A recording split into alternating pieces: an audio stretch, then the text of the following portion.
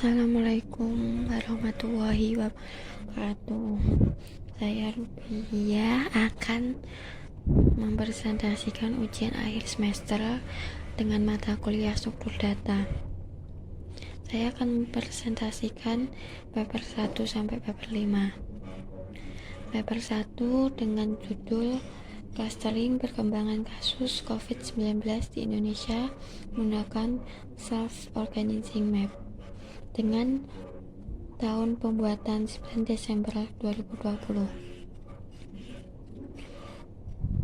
Setelah itu masalah penelitiannya adalah pengelompokan daerah-daerah di Indonesia berdasarkan perkembangan kasus COVID-19 menggunakan penelitian jaringan syaraf yang disebut Self-Organizing Map atau SOM. Setelah masa penelitian, kita lanjut dengan metode penelitian. Metode penelitian ada dua, yaitu pengumpulan data, yaitu mengumpulkan semua data-data yang dipilah dan dianalisis selanjutnya. Yang kedua, arsitektur self-organizing map, yaitu menggambarkan arsitektur organizing map seperti gambar tersebut. Selanjutnya pembahasan pada penelitian paper 1 ini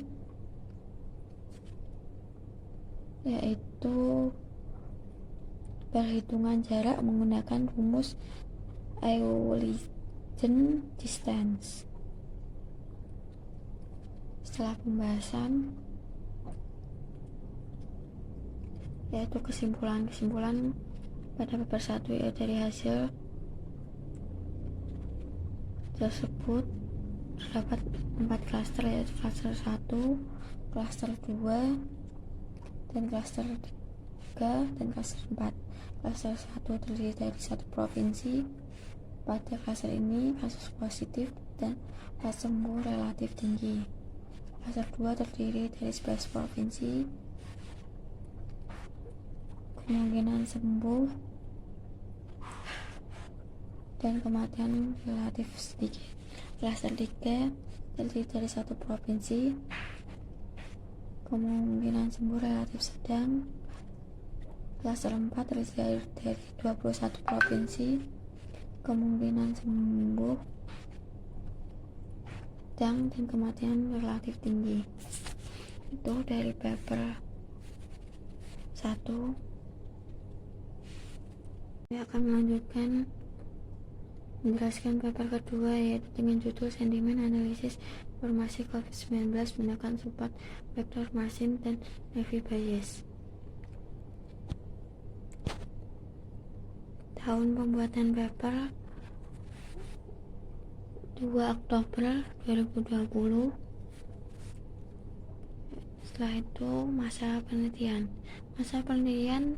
pada paper kedua ini yaitu untuk mengetahui sentimen dari setiap komentar. Selanjutnya yaitu metode penelitian. Metode penelitian pada paper kedua ini memiliki 5 metode penelitian yang akan saya jelaskan. Metode penelitian yang pertama yaitu pengumpulan data. Pengumpulan data yang diperoleh sebuah data diambil dari komentar pengguna. 2. Pre-processing, yaitu tahap awal yang diambil dalam proses pelatihan. 3. Video selection, yaitu melakukan video selection penelitian menggunakan algoritma. 4. Algoritma support vector machine, itu melakukan prediksi dalam kasus klasifikasi maupun regresi. 5. Algoritma Naive Bayes, yaitu algoritma klasifikasi probabilistik berdasarkan teori Bayes. Selanjutnya yaitu pembahasan paper kedua. Bahasan paper kedua itu menentukan nilai akurasi pada menentukan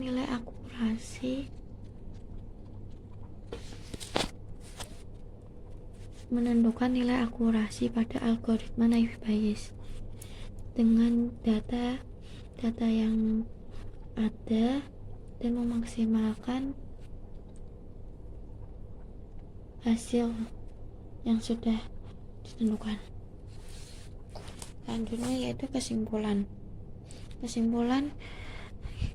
ada 3, yaitu support vector machine dan naive Bayes dapat digunakan untuk menganalisa sentimen pada kolom komentar. 2. Analisis sentimen terhadap data komentar. 3. Hasil algoritma yang menggunakan Participle Swarm Optimization terbukti dapat meningkatkan nilai akurasi.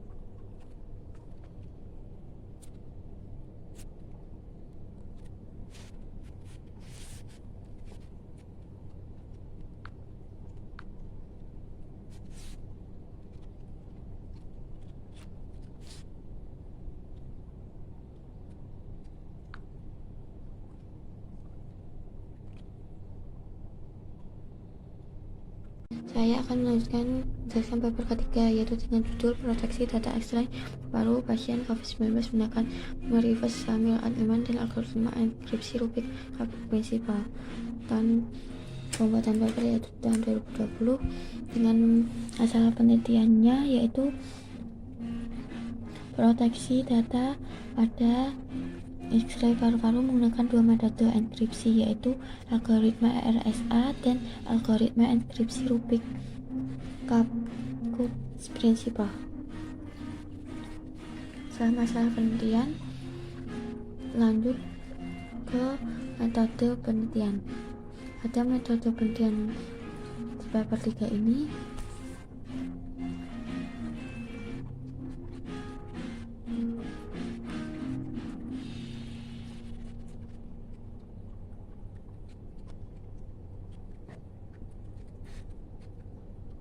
metode penelitian pada paper 3 ini ada data citra digunakan untuk mengumpulkan data dengan kondisi pasien yang berbeda. Menggunakan metode yang kedua menggunakan metode enkripsi dan data, yaitu proses penerapan metode enkripsi dan deskripsi menggunakan metode enkripsi RSA dan Rubik code. Selanjutnya pembahasan pada paper ketiga ini yaitu untuk memperbaiki kualitas citra menggunakan sebuah histogram, memodifikasi histogram yaitu sebuah proses yang mengubah distribusi nilai derajat keabuan pada sebuah citra sehingga menjadi seragam. Setelah pembahasan pada paper ketiga, selanjutnya yaitu kesimpulan pada paper ketiga ini yaitu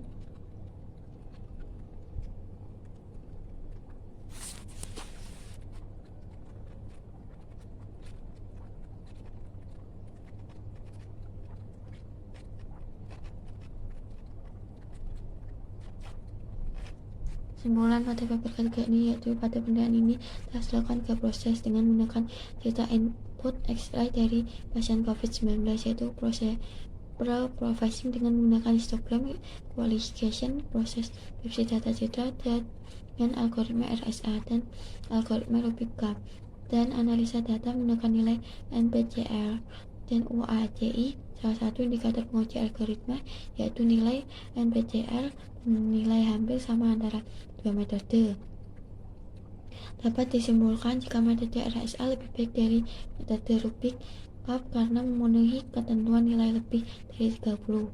Jumlah nilai tersebut memungkinkan citra input berbeda dengan citra enkripsi sehingga dapat diproteksi dengan baik.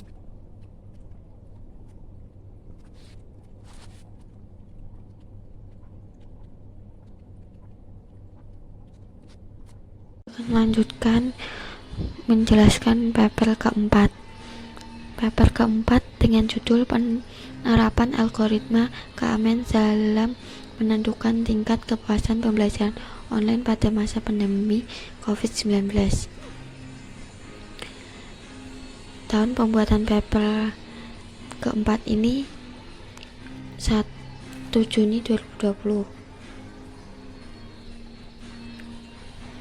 Selanjutnya masalah penelitian. Masa penelitian pada paper ini adalah menentukan tingkat kepuasan pembelajaran online di tengah pandemi COVID-19. Masalah penelitian yaitu metode penelitian. Metode penelitian pada paper keempat ini ada 4 metode penelitian. Akan saya jelaskan satu persatu.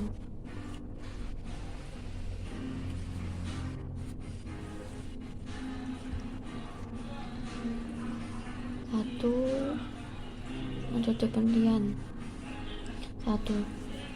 Algoritma K-means.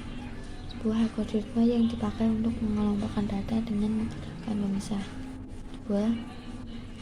Tahap pengumpulan data. Menentukan tingkat kepuasan mahasiswa terhadap pembelajaran online, mendapatkan data dengan melakukan kuesioner online pada mahasiswa atau mahasiswi yang berada di rumah masing-masing. 3. Tahap pengolahan data, yaitu memberikan kuesioner kepada mahasiswa akan diolah terlebih dahulu dan setelah diolah akan dilakukan clustering. Selanjutnya tahap clustering, yaitu proses pengelompokan data tanpa pemeliharaan dan memisahkan sekumpulan data dari himpunan sesuai kriteria menjadi beberapa kelas. Selanjutnya setelah metode penelitian yaitu pembahasan penelitian. Pembahasan penelitian pada paper keempat ini yaitu menentukan tingkat kepuasan terhadap pembelajaran online berdasarkan tingkat setuju atau tidak setujunya terhadap adanya pembelajaran online.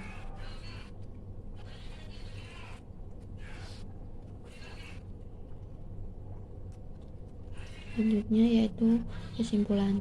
Kesimpulan pada paper keempat ini adalah 1. Untuk klaster pertama 4:6 menyatakan bahwa kategori setuju terhadap pembelajaran online pada pandemi COVID-19 tergolong rendah dan yang tidak setuju tergolong tinggi. Untuk klaster kedua menyatakan bahwa kategori setuju terhadap pembelajaran online pada pandemi tergolong sedang, yang tidak setuju tergolong sedang. Klaster ketiga yaitu menyatakan bahwa kategori setuju terhadap pembelajaran online pada pandemi COVID-19 tergolong tinggi dan yang tidak setuju tergolong rendah.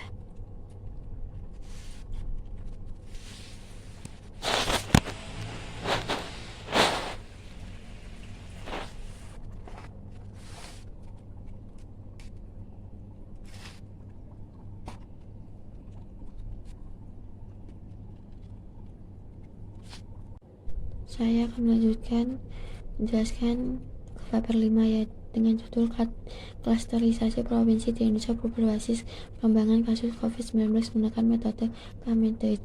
Dengan pembuatan paper 12 Agustus 2020, masalah penelitiannya yaitu penyebaran virus COVID-19 dapat berpindah langsung melalui tetesan kecil dari hidung atau melalui percikan batuk dan bersin yang terhirup oleh orang yang sehat. Selanjutnya metode penelitian. Metode penelitian pada paper kelima ini 1. Teknik analisa data. Teknik analisa data yaitu mengumpulkan beberapa data untuk dianalisa selanjutnya. Selanjutnya yaitu metode within cluster sum of squad, yaitu salah satu metode validasi yang ada pada clustering yang menggunakan kriteria minimal sebagai patokannya. Ya. Selanjutnya yaitu metode Silhouette coefficient, yaitu kualitas serta kekuatan cluster, seberapa baik objek berada pada cluster. Selanjutnya alat dan bahan, yaitu sebagai pendukung metode penelitian pada paper kelima ini. Selanjutnya yaitu pembahasan. Pembahasan pada paper kelima ini yaitu dapat disimpulkan bahwa data yang ada tidak terjadi kolineralitas.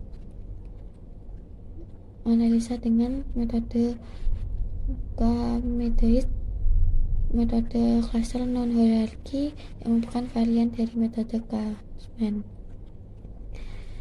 yang menggunakan metode pengelompokan partisi untuk mengelompokkan sekumpulan N objek menjadi jumlah klaster. Banyak klaster yang akan dibentuk K pada proses pengklasteran dengan metode K adalah dengan menggunakan metode untuk menentukan nilai clustering, yaitu WCSS. Selanjutnya yaitu kesimpulan. Kesimpulan pada paper kelima ini yaitu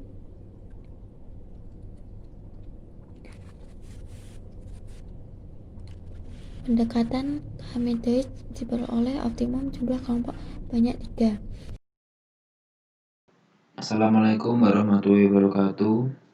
Di sini saya Fahri Setiawan dengan NIM G211190102 akan menjelaskan hasil dari paper-paper yang saya temukan. Yang pertama, paper dengan judul Deteksi COVID-19 pada citra sinar X dada menggunakan deep learning yang efisien. Paper ini diterbitkan tanggal 26 November 2020 oleh Jurnal Teknologi Informasi dan Ilmu Komunikasi Komputer. Jadi, dalam paper ini atau penelitian ini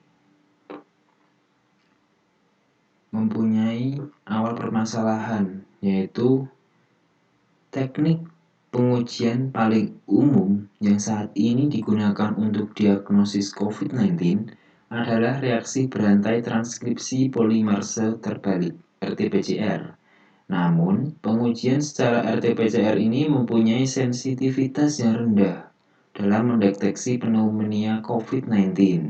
Sebagai alternatifnya, citra radiologi dada seperti computed tomography CT dan sinar X dapat membantu mendiagnosis secara dini penyakit ini, atau dengan kata lain akurat dengan menggunakan sinar X.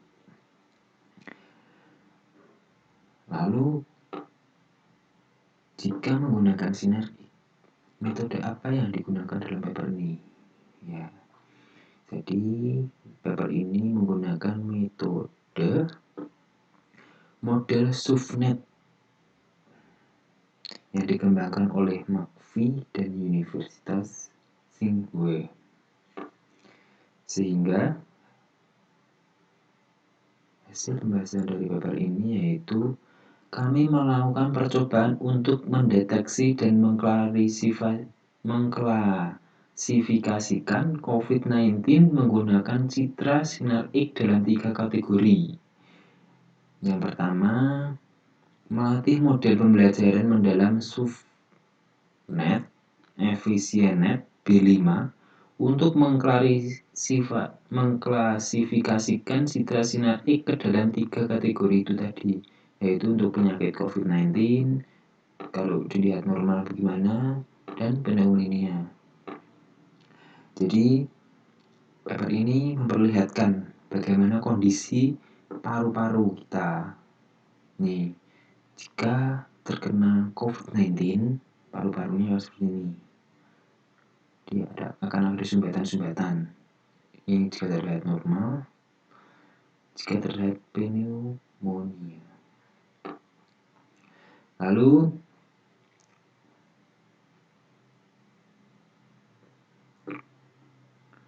setelah dikategorikan tadi, kinerja model yang diusulkan dievaluasi menggunakan prosedur validasi silang 5 kali. Dan dalam setiap percobaannya, pelatihan dan klasifikasi ke dalam 3 kategori tersebut. Jadi, dihitung menggunakan rumus ini untuk mengetahui tingkat akurasi. Lalu dihasilkan kesimpulan dalam paper ini. Yang pertama, kesimpulannya Model CNN SUVNet mampu menghasilkan akurasi deteksi COVID dengan akurasi sedikit di bawah dari model yang parameternya lebih banyak seperti Efficienet dan ResNet 50. Namun demikian, model yang dianjurkan mempunyai jumlah parameter yang jauh lebih sedikit 15,55 kali dari Efficienet dan 22,36 dari ResNet. Sehingga model yang telah dilatih ini apabila telah diaplikasikan pada perangkat lunak maupun keras dapat menjadi pelengkap uji spesimen atau RT-PCR yang berguna untuk membantu mendeteksian COVID-19 secara massal.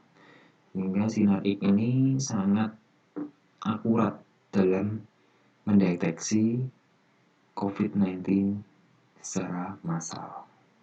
Jadi di sini saya akan menjelaskan paper yang kedua, yaitu paper yang berjudul Sentiment Analysis Penerapan Social Distancing Menggunakan Filter Selection pada Algoritma Support Vector Machine (SVM). Lalu paper ini disetujui 29 Juli 2020 oleh Jurnal Teknik Komputer AMIK BSI. Awal mula permasalahan dalam paper ini yaitu menjelaskan tentang anjuran pemerintah kepada masyarakat untuk penerapan social distancing tak lepas dari pendapat atau opini pengguna sosial media yang salah satunya disuarakan melalui Twitter. Salah satu metode atau teknik untuk mengelompokkan kategori opini atau pendapat dari pengguna sosial media adalah sentimen analisis. Jadi, kita tahu bahwa Twitter ini adalah sosial media yang sangat diminati oleh masyarakat, terutama kaum milenial, sehingga data-data atau pesan-pesan yang terurai, baik itu opini atau fakta, itu dikelompokkan sehingga dapat diterima dengan baik oleh masyarakat dengan kata kunci social distancing. Lalu dalam paper ini menggunakan metode Algoritma Support Vector Machine (SVM) karena dapat menghasilkan nilai akurasi dan nilai AUC yang lebih tinggi. Kita masuk dalam pembahasan dalam paper ini. Pembahasan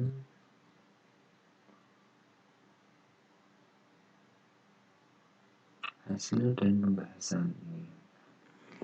Yang pertama, pengambilan dataset. Pengambilan dataset pada penelitian ini diambil dari proses crawling dari sosial media Twitter pada tools RapidMiner dengan menggunakan operator search Twitter dengan query social distancing. Kata kuncinya social distancing. Kemudian dataset tersebut disimpan ke dalam format Excel untuk dilakukan proses cleansing yang terdiri dari remove duplikat data dan pelabelan secara manual. Yang kedua yaitu proses pre-processing. Proses pre-processing ini data tersebut tidak bisa langsung dimasukkan ke dalam pengolahan untuk sentimen analisis, maka dilanjutkan dengan tahapan pre-processing yang terdiri dari remove URL. Pada operator ini akan menghilangkan URL yang ada pada teks. Nah, contohnya seperti ini dalam tabel. Teks aslinya seperti ini, kemudian di remove URL-nya menjadi seperti ini. Sehingga datanya dapat dikelompokkan dengan baik. Yang kedua yaitu remove annotation menggunakan add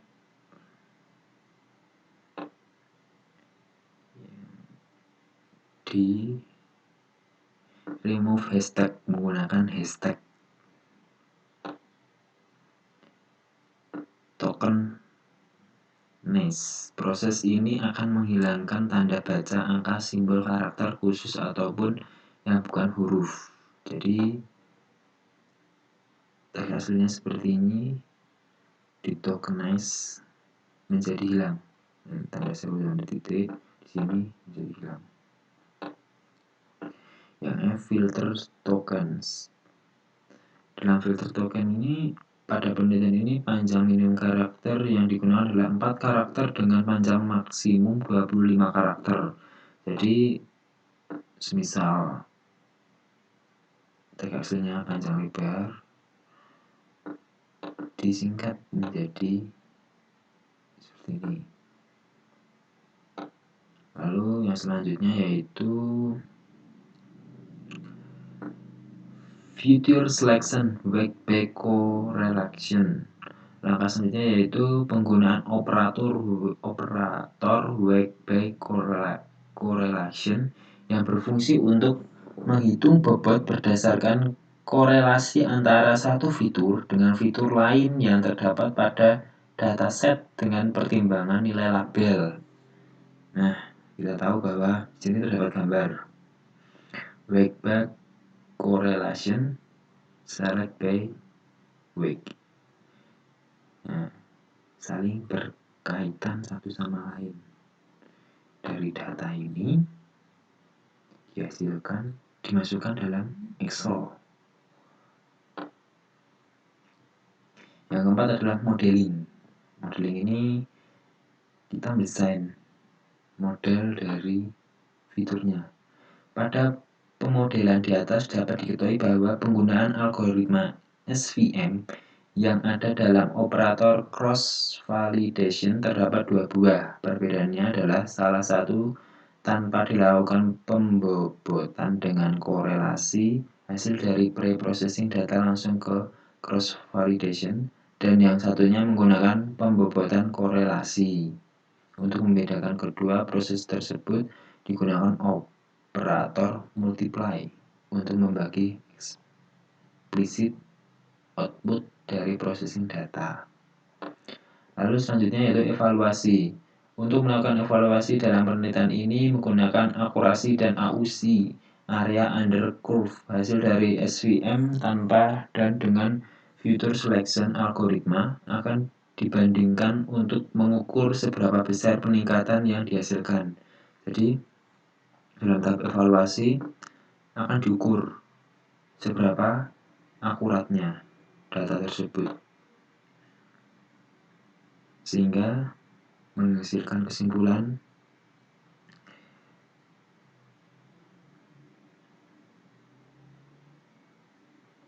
sehingga dapat disimpulkan bahwa penambahan future selection wake-back correlation sangat baik apabila digunakan pada algoritma support vector matching SVM karena dapat menghasilkan nilai akurasi dan nilai AUC yang lebih tinggi. Jadi di paper ketiga ini, paper yang berjudulkan Prediksi Kasus COVID-19 di Indonesia menggunakan metode Adaptive Neurofuzzy Interference System atau yang kita kenal dengan ANFIS yang dipublikasikan oleh ISIS. Jadi paper ini bermula atau awal dari permasalahannya yaitu COVID-19 di awal tahun 2020 yang sangat menghebohkan sehingga mudahnya penyebaran virus tersebut. Pertumbuhan orang dengan positif COVID-19 atau kasus terkonfirmasi sangat banyak terutama di Indonesia. Lalu diketahui bahwa metode yang dipakai dalam paper ini yaitu metode ANFIS yang layak dipertimbangkan sebagai metode penyelesaian masalah prediksi. Kita langsung masuk ke dalam pembahasan.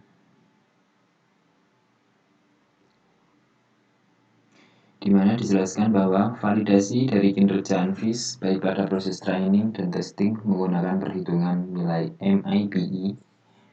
MIPI sendiri kita tahu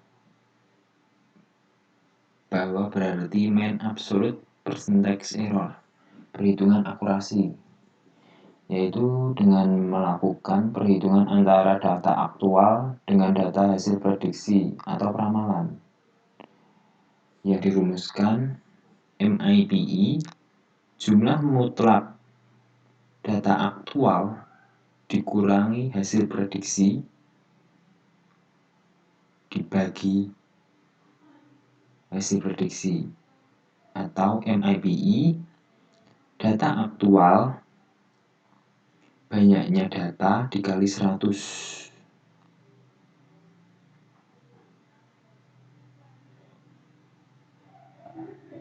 Sehingga data input yang digunakan yaitu number of MVS atau fungsi keanggotaan 3 dan MV tipe trim segitiga error tolerance 0 dan jumlah iterasi 100. Tampilannya seperti ini.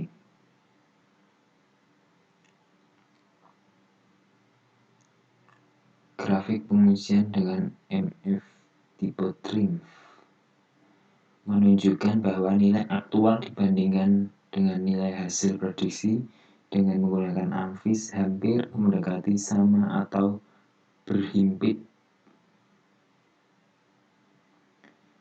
sehingga dihasilkan perbandingan data aktual dan hasil prediksi ANFIS dengan MIF tipe trim dari tanggal 17 Juli 2020, 18 Juli 2020, 19 Juli 2020. Jadi hasil prediksinya meningkat atau aktualnya lebih akurat.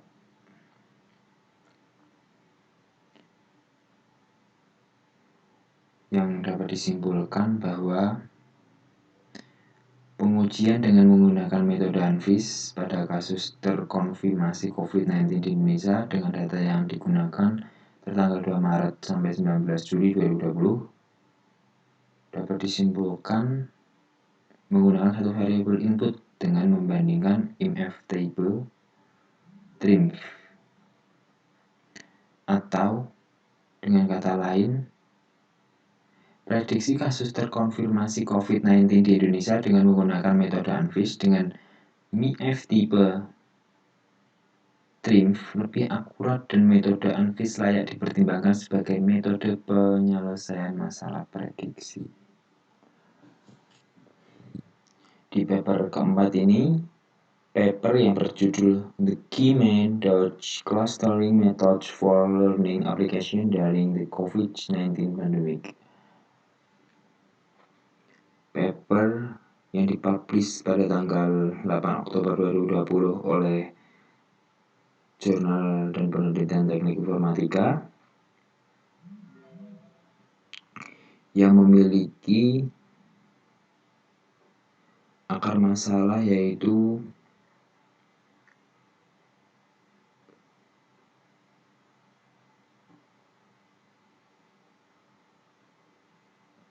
research to 3 applications that would be grouped based on the learning process, the was like and dislike in the learning process during the COVID-19 pandemic. The 3 applications that the research to use in this study were Moodle, Zoom, and WhatsApp. Jadi peneliti ingin meneliti aplikasi mana yang disukai dan tidak disukai pada saat COVID-19 ini, yaitu aplikasi yang diteliti Moodle, Meet, Zoom, dan WhatsApp. Di paper ini menggunakan metode penelitian yaitu using Key-Dodge, algoritma Key-Dodge. Langsung saja ke pembahasan. Discussion. by clustering online applications such WhatsApp, Zoom, and Moodle, which are often used in the learning process for 100 students. It can produce a grouping of applications that students like and dislike in the learning process. Jadi, didapatkan 100 siswa untuk diteliti antara suka dan tidak suka terhadap 3 aplikasi tersebut. Sehingga dapat disimpulkan bahwa based on the research to the authors can counter during the COVID-19 pandemic that spreads throughout the world.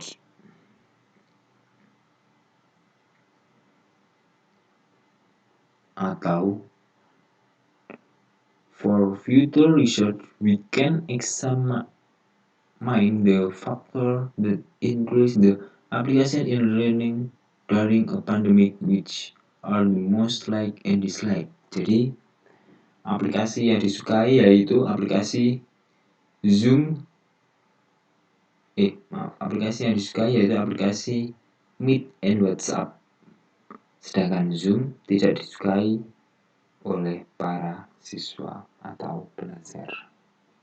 Paper kelima. Paper ini mempunyai judul Perbandingan Kinerja Algoritma Support Vector Matching dan Kani-Risnakber terhadap analisis sentimen kebijakan new normal. Jadi, paper ini dipublikasikan oleh Satuan Tulisan Riset dan Inovasi Teknologi pada tanggal 2 Desember 2020 yang mempunyai akar masalah.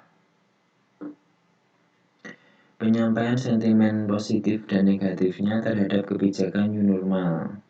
Masa pandemi memunculkan banyak sentimen masyarakat terhadap kebijakan adaptasi kebiasaan baru atau new normal itu sendiri. Sehingga penelitian ini bertujuan untuk mengklasifikasikan tweet sentimen ke dalam kelas positif dan negatif. Metode yang digunakan yaitu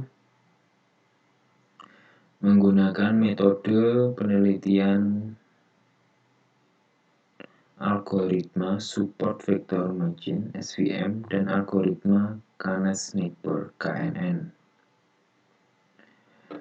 Hasil dari pembahasan ini yaitu Knowledge Discovery Goals. Penelitian ini bertujuan untuk mengklasifikasi tweet tentang new normal ke dalam kelas yang sudah ditentukan. Lalu data interaction.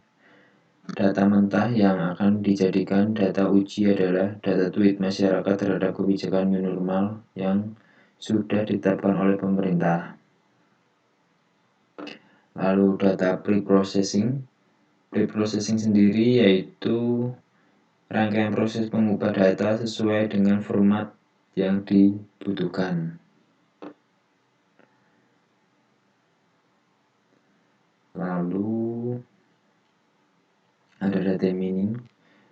Data ini menggunakan algoritma yang digunakan yaitu KNN dan CVM yang diimplementasikan pada tool Repeater 9.7 dengan desain yang diajukan sebagai berikut. Nah, desainnya seperti ini model desainnya. Desain model KNN dan CVM. Lalu tahap evaluasi.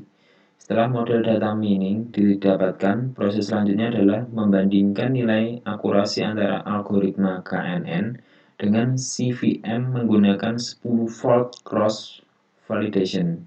Desain model pengujian algoritma KNN pada data tweet yang digunakan dapat dilihat pada gambar 5. Gambar 5 seperti ini, desain model KNN. Sehingga dapat disimpulkan bahwa algoritma Kani-Risnakber KNN dan algoritma support vector matching (SVM) mampu menganalisis sentimen masyarakat tentang kebijakan new normal. Hasil klasifikasinya dari analisis ini berupa kelas sentimen positif dan sentimen negatif. Di sini saya akan mempresentasikan paper 11 sampai dengan paper 15.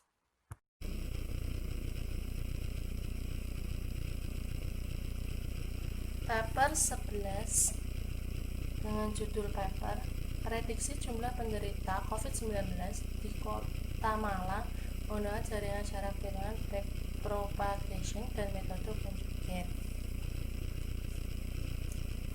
Masalah penelitian. Masalah prediksi dengan hasil yang baik, tetapi kinerjanya dipengaruhi oleh metode optimisasi yang digunakan saat pelatihan. Pada umumnya, metode optimisasi yang digunakan adalah metode gradient descent, tetapi metode ini memiliki konvergensi yang lambat.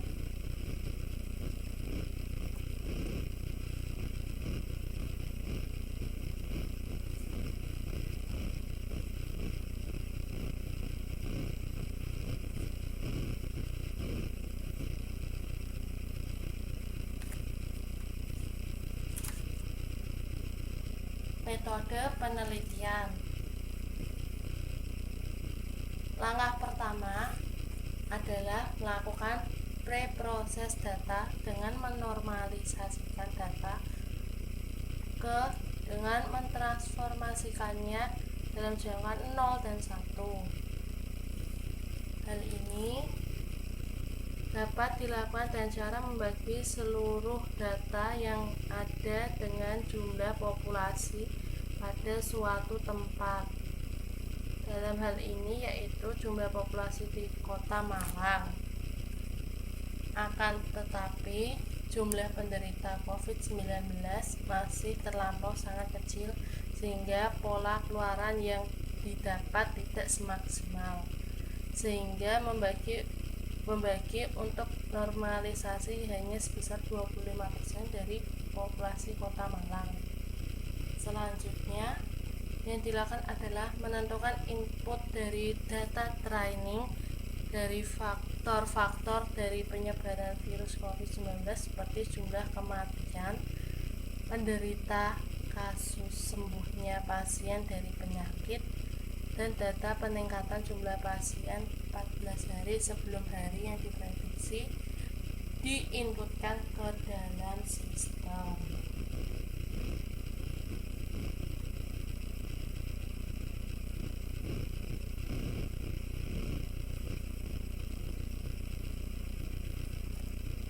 Pembahasan evaluasi dari prediksi jumlah pasien COVID-19 digunakan data yang diambil dari website gugus tugas COVID-19 Kota Malang yang juga dipublikasikan pada akun sosial media Instagram @pemkotmalang.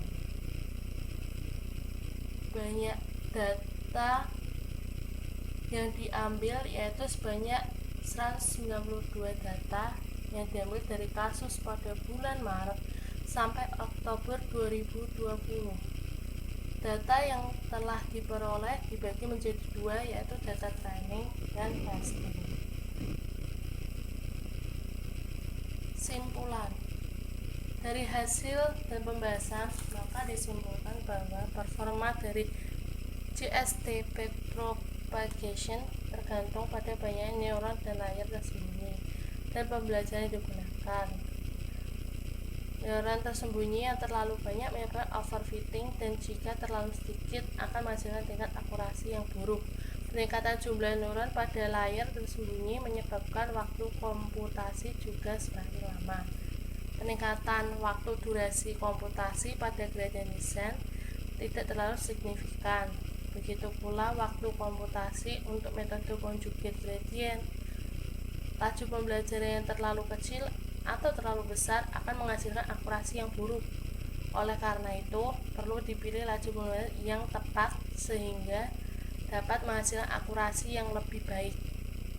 GST backpropagation yang dioptimalkan oleh metode conjugate gradient memberikan hasil yang lebih baik dibandingkan dengan JST backpropagation yang digunakan oleh metode gradient descent untuk memprediksi jumlah peningkatan penderita COVID-19 di Kota Malang.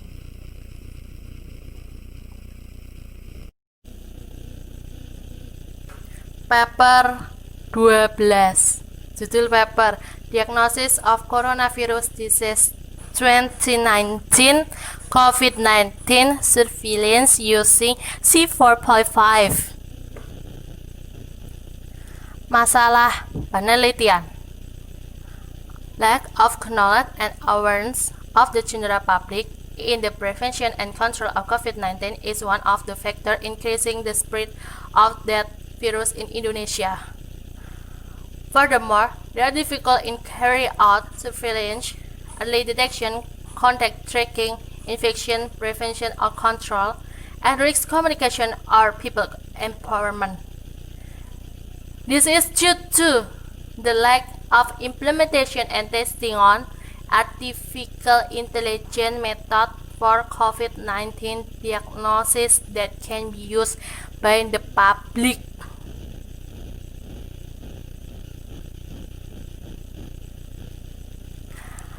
Metode penelitian, data collection method. This research uses secondary data that has been collected from government publication or even from some official website of health agencies. Some data collection techniques in this research include: number 1, literary study; number 2, documentation study; number 3, judgmental and sampling.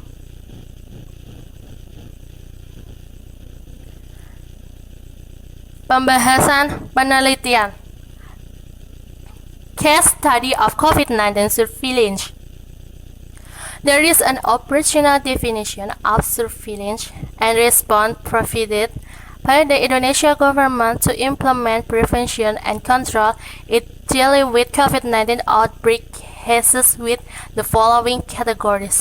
Number 1, patient under supervision or pasien dalam pengawasan PDP.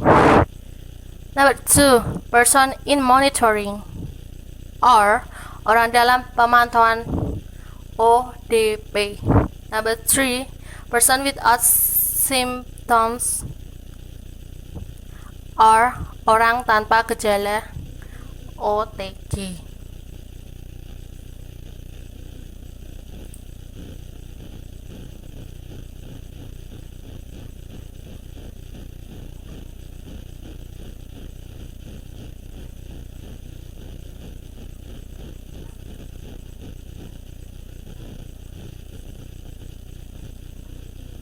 Kesimpulan, conclusion. The diagnosis process of COVID-19 surveillance categories using the C45 algorithm show that the algorithm is able to do classification based on PDB, ODP, and OTG. The classification result of the three categories were successfully modeled into a dedication tree. Furthermore, the resulting description tree is in accordance with several diagnosis statements of the dedication rules in the research case.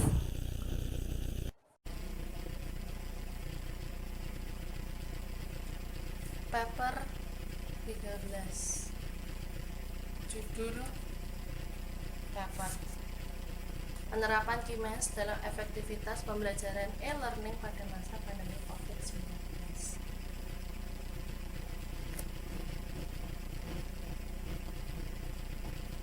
Masalah penelitian. Masalah yang timbul ialah proses pembelajaran daring dengan beberapa metode tidak efektif untuk dilakukan. Kondisi ini ialah terjadi keresahan pada masyarakat sehingga terjadi pro dan kontra, di mana sisi kontra terdapat banyak siswa yang merasa terbebani dengan adanya pembelajaran online ini, sedangkan yang pro merasa bahwa langkah yang dilakukan oleh pemerintah ini sangat tepat. Pembelajaran daring yang digunakan siswa dalam penelitian ini adalah pembelajaran yang melalui media online seperti Google Classroom.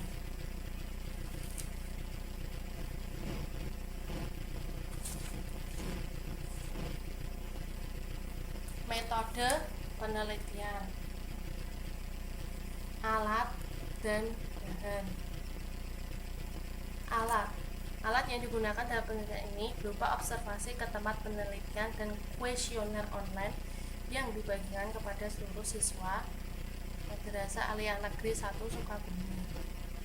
Bahan penelitian ini menggunakan data berupa sampel data yang diambil dari hasil kuesioner online yang disebar kepada seluruh siswa Madrasah Aliyah Negeri 1 Sukabumi dan menggunakan Microsoft Excel dalam melakukan perhitungan.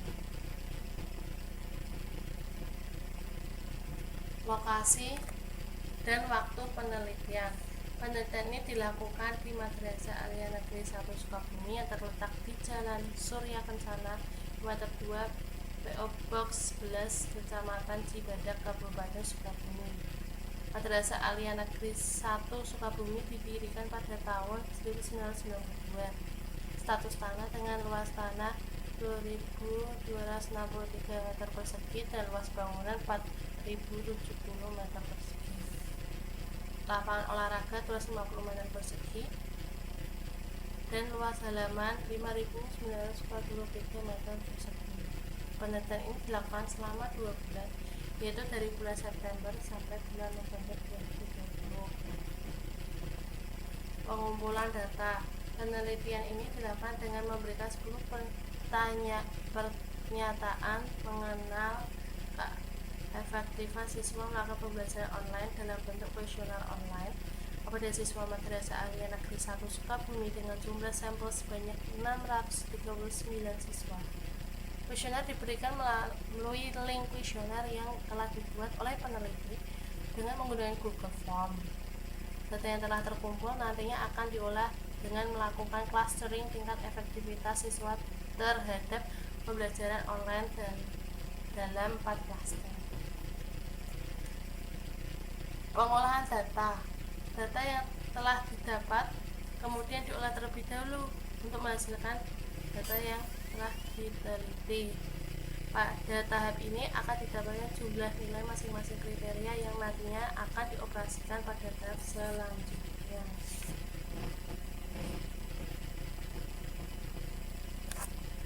Tahap clustering.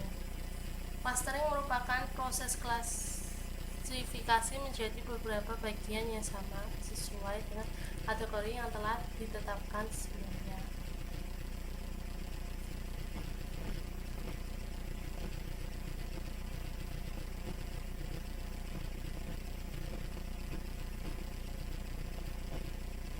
Pembahasan penelitian.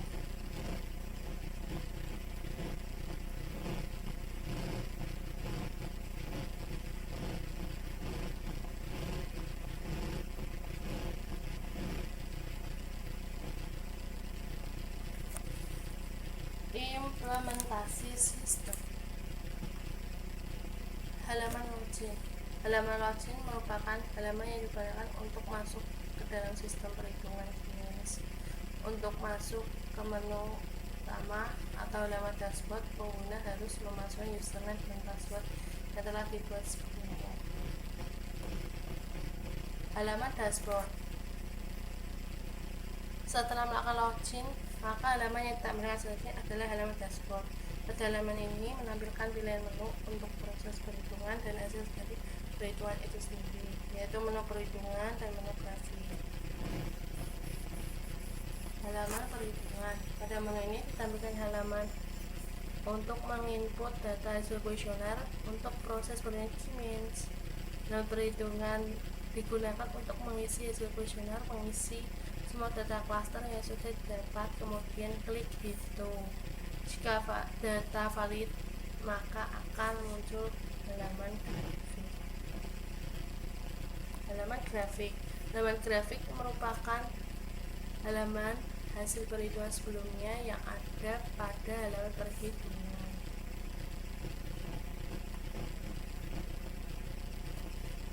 Kesimpulannya, penelitian ini memiliki kesimpulan bahwa algoritma Siemens dapat digunakan untuk menentukan tingkat kepuasan terhadap pembelajaran online berdasarkan tingkat sangat tidak setuju, setuju, sangat setuju terhadap pembelajaran online. Yaitu yang pertama, untuk klaster pertama C1 menyatakan bahwa kategori sangat tidak setuju terhadap pembelajaran online tergolong tinggi, yaitu mencapai 241 siswa. Untuk klaster kedua C2 menyatakan bahwa kategori tidak setuju terhadap pembelajaran online tergolong sangat tinggi, yaitu mencapai 293 siswa. Untuk klaster ketiga C3 menyatakan bahwa kategori setuju terhadap pembelajaran online tergolong rendah, yaitu hanya mencapai 83 siswa.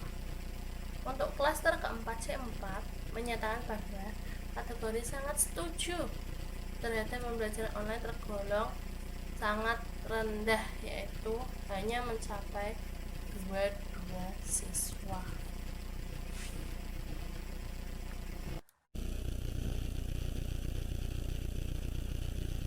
Paper 14. Judul paper Siemens Clustering Data COVID-19.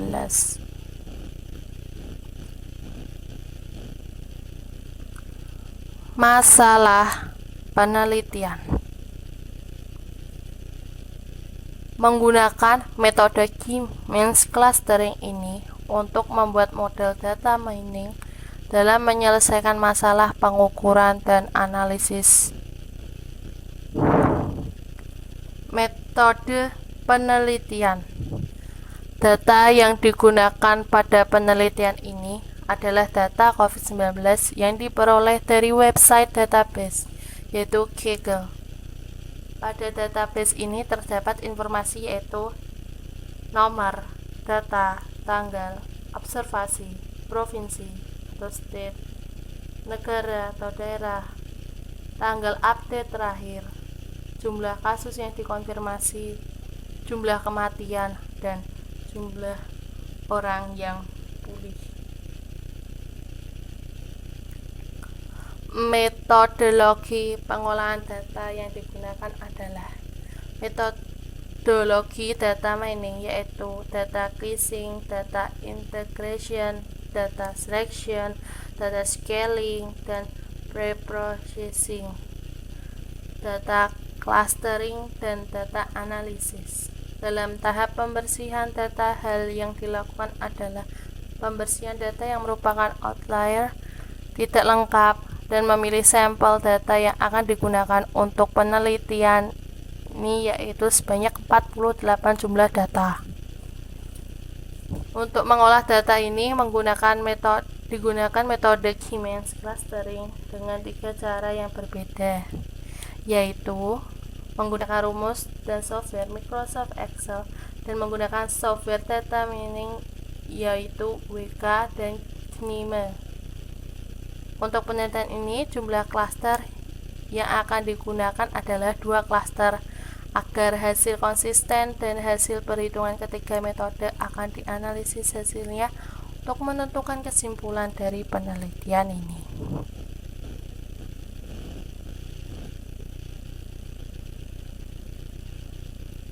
Pembahasan. Untuk dataset yang diperoleh, pertama, sebelum diolah perlu dilakukan pembersihan data cleaning, dan pengambilan sampel. Karena ukuran data yang tersedia terlalu besar dan penelitian ini dilakukan untuk tujuan hanya untuk menguji metode clustering tersebut. Akan tetapi, metode ini tetap visible apabila seluruh big data memang mau di cluster. Maka Tahap pertama dalam pengolahan data ini adalah pembersihan data, yaitu menghapus subset data yang tidak menjadi perhatian dari penelitian ini, seperti tanggal observasi dan tanggal update terakhir. Maka tersisa informasi yaitu nomor data, provinsi atau state, negara atau daerah, dan metode pengklasteran data ini yaitu jumlah kasus yang dikonfirmasi, jumlah kematian, dan jumlah orang yang pulih. Yang berarti untuk clustering ini terdapat 3 variabel, kemudian dipilih sampel data acak sebanyak 48 set data dengan variasi yang baik agar cluster terlihat dengan jelas.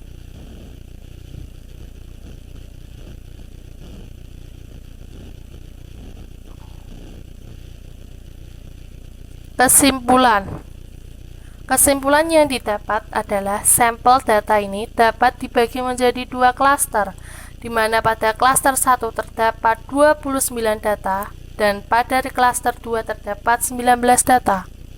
Dengan informasi ini dapat diketahui klaster daerah-daerah yang memerlukan penanganan COVID-19 yang lebih darurat, di mana pada sampel ini merupakan klaster 2 dengan jumlah terjangkit dan meninggal yang lebih tinggi dibandingkan dengan klaster 1.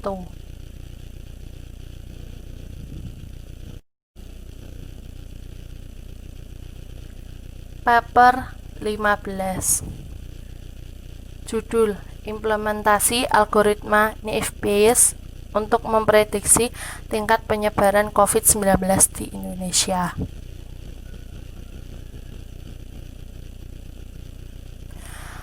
Masalah penerapan metode Naive-Bayes diharapkan mampu memprediksi tingkat penyebaran COVID-19 di Indonesia.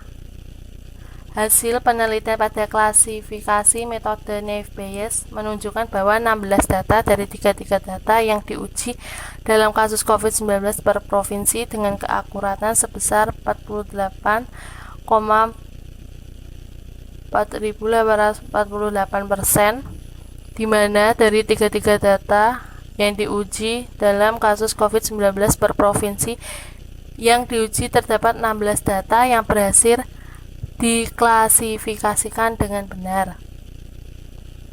Metode penelitian yang diterapkan pada penelitian ini ialah analisis masalah dan studi literatur, mengumpulkan data, dan implementasi.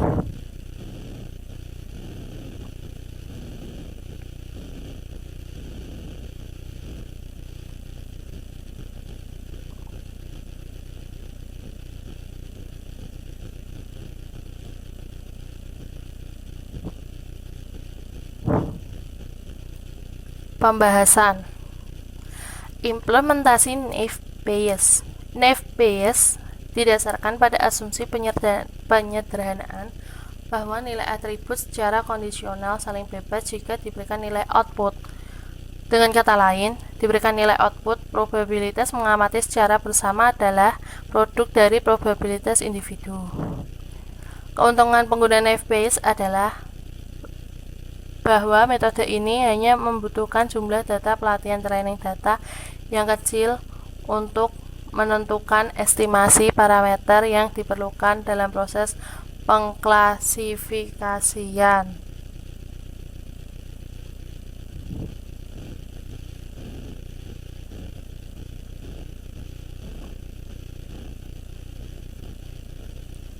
Kesimpulan: 1. Metode Naive-Bayes memanfaatkan data training untuk menghasilkan probabilitas setiap kriteria untuk kelas yang berbeda, sehingga nilai-nilai probabilitas dari kriteria tersebut dapat dioptimalkan untuk memprediksi tingkat penyebaran COVID-19 di Indonesia berdasarkan proses klasifikasi yang dilakukan oleh metode Naive-Bayes itu sendiri. Yang kedua, berdasarkan data kasus COVID-19 per provinsi yang dijadikan data training, metode Naive-Bayes berhasil mengklasifikasikan 16 data dari 33 data yang diuji. Sehingga metode Naive-Bayes berhasil memprediksi besarnya kasus COVID-19 per provinsi dengan persentase keakuratan sebesar 48,4848%. Yang ketiga, algoritma naive Bayes didukung oleh ilmu probabilistik dan ilmu statistika, khususnya dalam penggunaan data petunjuk untuk mendukung keputusan pengklasifikasian.